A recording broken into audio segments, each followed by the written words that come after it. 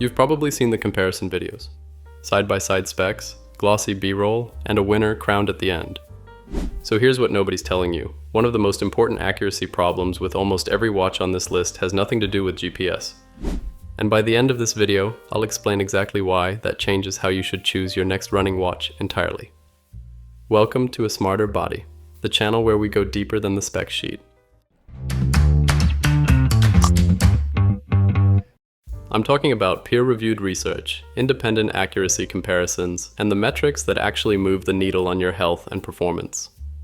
Today, we're breaking down the best GPS running watches available right now, covering everything from the $200 budget picks all the way up to the flagship devices. And we're going to cut through the noise to tell you what actually matters for your body. We'll cover GPS technology, heart rate accuracy, recovery analytics, and the hidden trade-offs that the marketing brochures quietly skip. Now, the interesting part is that this market has genuinely fractured into two very different philosophies.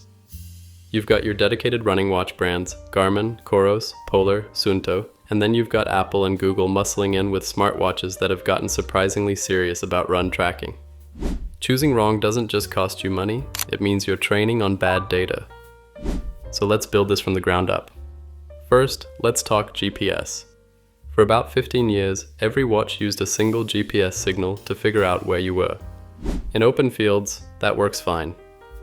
In cities, Manhattan, Chicago, London, that signal bounces off buildings and your GPS trace starts spiking into walls. You've felt this if you've ever seen your route suddenly cut through someone's living room mid-run.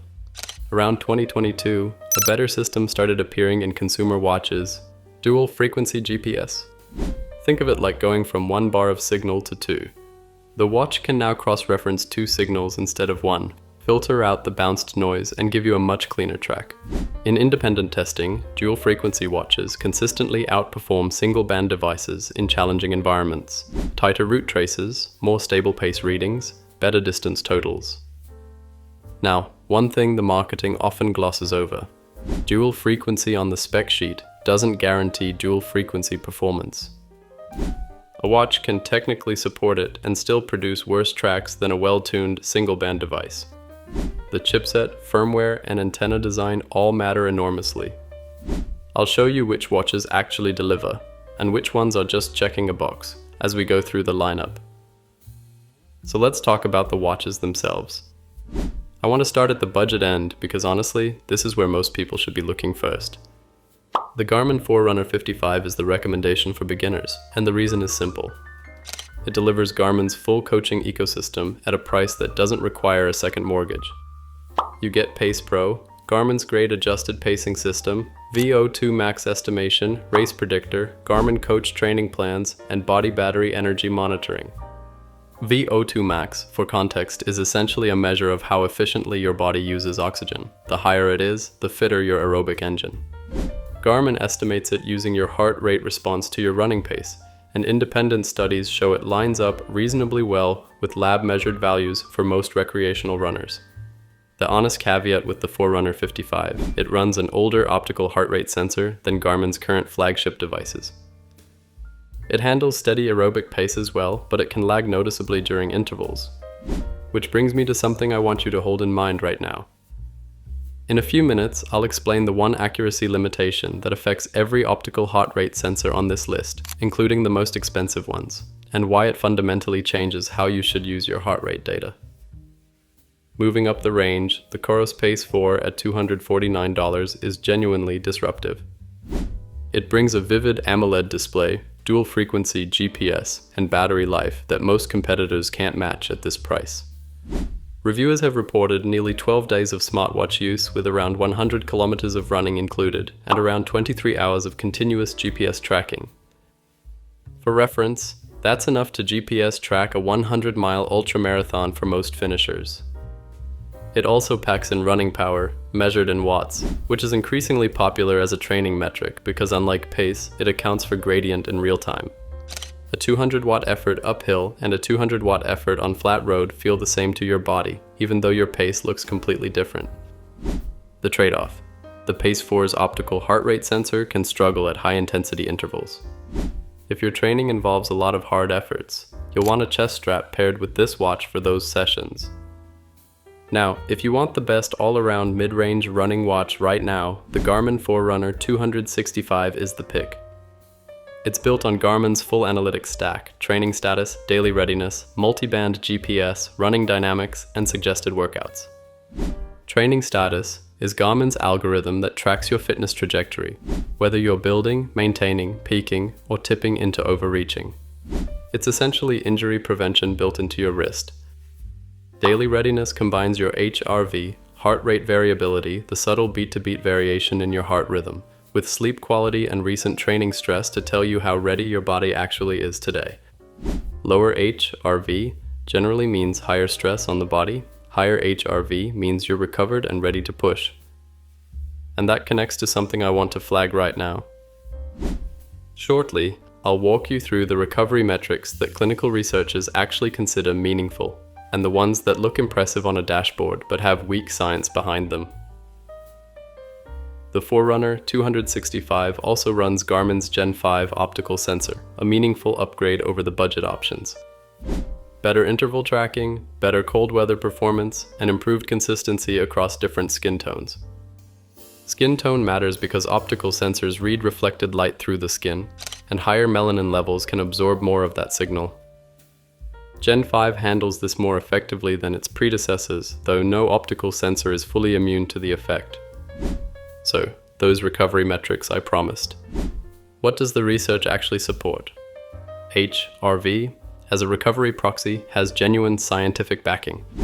A 2016 meta-analysis in the International Journal of Sports Physiology and Performance found HRV-guided training produced superior fitness gains compared to fixed training schedules in recreational runners. The key word is guided, using HRV trends to decide when to push and when to hold back, not just staring at a single number. Garmin's HRV status feature tracks a rolling personal baseline and flags when you drop meaningfully below your norm. That's a legitimate, useful tool. Training load metrics are also well supported. The concept traces back to sports science research from the 1970s and has been refined extensively since. The practical takeaway: the absolute number matters less than the trend. You want your long-term load rising gradually, with short-term spikes kept within a reasonable ratio. Most coaches use somewhere around 0.8 to 1.3 as the safe zone, though the exact threshold is still debated. Sleep stage data is where I'd urge more caution. Consumer wrist sensors classify sleep stages using movement and heart rate patterns. The gold standard is a clinical sleep study using brainwave electrodes. Published validation studies show wrist sensors are reasonably accurate for distinguishing sleep from wakefulness and identifying REM, but they're less reliable at separating the finer stages of deep sleep. So when your watch tells you exactly how many minutes of deep sleep you got, treat it as a directional trend over weeks, not a clinical measurement. Now, that accuracy issue I teased at the very start. The most important accuracy problem with GPS running watches isn't GPS drift. It's this: the metric that most runners use most of the time, current pace, is inherently unstable on every watch, from a $200 Coros to a $1,000 Apple Watch Ultra 3. GPS-based speed requires satellite positions to refresh, which introduces lag. In practice, wrist-based current pace is almost always a few seconds behind reality. It consistently underreports pace spikes and recovery at the start and end of intervals. The fix is something many elite runners already use: a running foot pod. Foot pods use an accelerometer at the foot to compute cadence and stride length locally, delivering essentially real-time pace with no GPS lag. Every watch on this list supports them. If you do serious interval training, this is probably a more impactful upgrade than moving up a watch tier. Now let's talk premium, because this is where the philosophy splits most clearly. The Garmin Forerunner 970 is one of the most analytically capable running watches available right now. New for 2025, it added running tolerance, an attempt to estimate how much cumulative stress your muscles and tendons have absorbed, and running economy insights that analyze your metabolic efficiency. Full color offline mapping, sapphire glass, a built-in flashlight, and around 25 to 30 hours of multi-band GPS battery life. The important caveat: the most advanced running economy metrics require Garmin's HRM chest strap to function, which adds meaningful extra cost on top of an already premium price tag.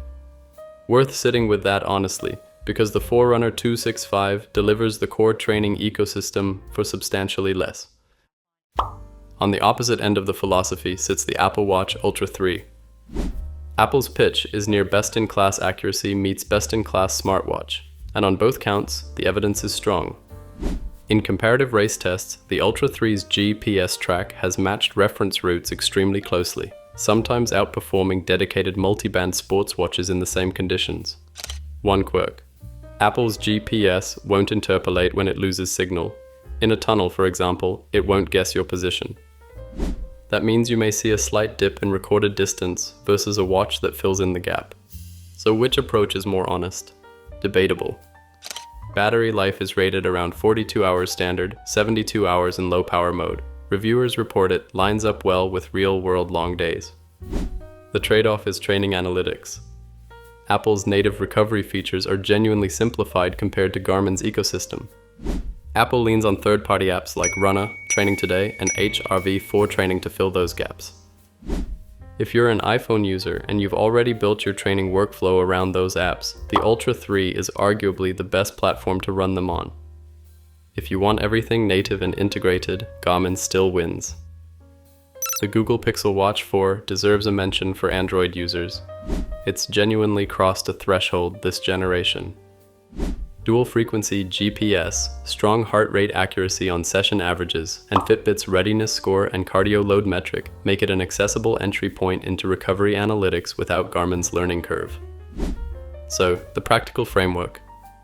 Beginner or casual runner who wants reliable tracking without complexity, Garmin Forerunner 55. Pair it with a chest strap for interval days. Dedicated runner who wants outstanding value and long battery life, Coros Pace 4. Know its heart rate limitations and plan around them.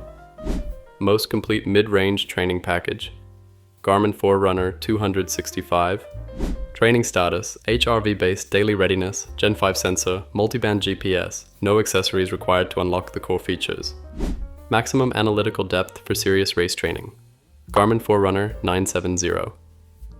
Budget honestly, including the chest strap. iPhone user who won't compromise on the smartwatch experience, Apple Watch Ultra 3. The analytics gap versus Garmin can be largely closed with the right apps. Android user who wants a serious running watch that still earns its keep as an everyday smartwatch, Google Pixel Watch 4. Now I've saved one thing for the end. We've talked about which watch gives you the best data. The most important variable in whether your running watch actually improves your fitness isn't sensor accuracy or GPS chipset. It's whether you act on the data it gives you. HRV trends only help if you adjust training when they drop. Training status only helps if you take the overreaching warning seriously. Running dynamics only help if you use the feedback to actually work on your form. The watches in this video, even the budget ones, can generate more meaningful health data than most people had access to just a decade ago. The question is never really which watch is best.